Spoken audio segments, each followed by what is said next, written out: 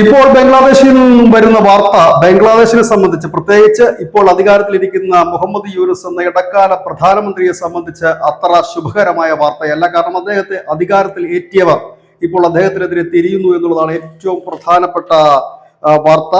കഴിഞ്ഞ ദിവസം കൊല്ലപ്പെട്ട ഉസ്മാൻ ഹാദി എന്ന വിദ്യാർത്ഥി നേതാവിന്റെ പ്രസ്ഥാനം ഇൻക്ലാബ് മഞ്ച്, ആ മഞ്ച് ഇപ്പോൾ ഒരു വലിയ വാണിംഗ് ആണ് ഇപ്പോൾ മുഹമ്മദ് യൂനുസിന് നൽകിയിരിക്കുന്നത്. തങ്ങൾ ഈ കൊലയാളികളെ പിടിക്കുന്നതിന് വേണ്ടിയിട്ട് യൂനുസിന് നൽകിയ സമയപരിധി അവസാനിച്ചിരിക്കുന്നു. ഈ സമയപരിധിക്കുള്ളിൽ 2 വട്ടം മീറ്റിംഗ് കൂടിയെങ്കിൽ പോലും സുരക്ഷാ ഉപദേഷ്ടാവ് പോലും ആ മീറ്റിംഗിൽ പങ്കെടുത്തിട്ടില്ല. അതുകൊണ്ട് തങ്ങൾ അടുത്ത നീക്കത്തിന് ഒരുങ്ങുകയാണ്.